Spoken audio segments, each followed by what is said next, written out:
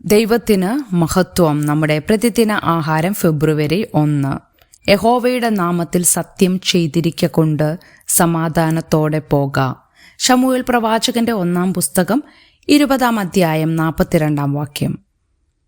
17 നൂറ്റാണ്ടിലെ 2 ഡോക്ടർമാരായ John Finch, Thomas Baynes എന്നിവർക്കായി നിർമ്മിച്ചിരിക്കുന്ന ഒരു സ്മാരകം ഇംഗ്ലണ്ടിലെ കേംബ്രിഡ്ജിലെ ക്രൈസ്റ്റ് കോളേജിന്റെ ചാപ്പലിലുണ്ട്.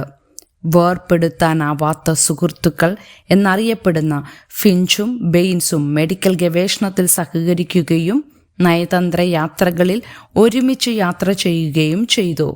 1680 ബെയിൻസ് മരിച്ചപ്പോൾ 36 വർഷം നീണ്ടുനിന്ന അവരുടെ ആത്മാക്കളുടെ ഉടയാത്ത സൗഹൃദത്തെക്കുറിച്ച് ഫിഞ്ച് വിലപിച്ചു. വാത്സല്യത്തിൻ്റെയും വിശ്വസ്തതയുടെയും പ്രതിബദ്ധതയുടെയും സൗഹൃദമായിരുന്നു അവരുടേത്. ദാവീദ് രാജാവും യോനാഥാനും തമ്മിൽ അടുത്ത സൗഹൃദമുണ്ടായിരുന്നു. അവർ ആഴത്തിലുള്ള പരസ്പര സ്നേഹം പങ്കിട്ടു. ഒപ്പം പരസ്പരം പ്രതിജ്ഞ പോലും ചെയ്തു.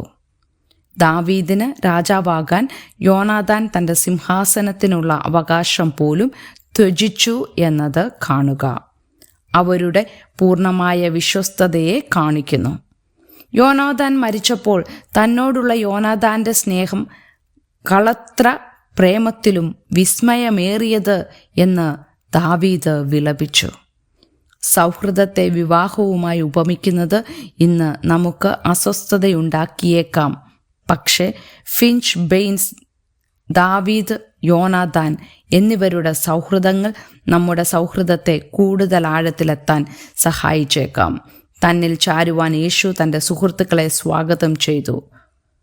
യേശു നമ്മോട് കാണിക്കുന്ന വാത്സല്യവും വിശ്വസ്തതയും പ്രതിബദ്ധതയുമാണ് നാം ഒരുമിച്ച് കെട്ടിപ്പടുക്കുന്ന ആഴത്തിലുള്ള സൗഹൃദത്തിൻ്റെ അടിസ്ഥാനം.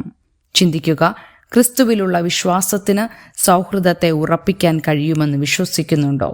നിങ്ങളുടെ സുഹൃത്തുക്കളോട് കൂടുതൽ വാത്സല്യമോ വിശ്വസ്തതയോ പ്രതിബദ്ധതയോ എങ്ങനെ പ്രകടിപ്പിക്കാൻ കഴിയും?